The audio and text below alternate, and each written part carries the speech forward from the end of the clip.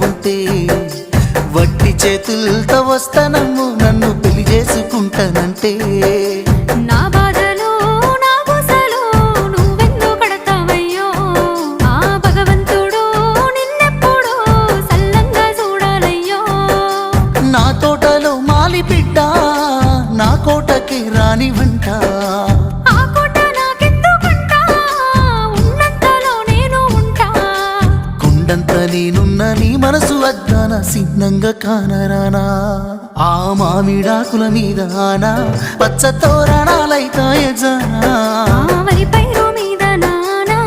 అవి అక్షింతలే అయ్యేనా ఆ పత్తి పంటల మీద ఆనా పట్టు సీరలై వస్తాయ జానా ఆ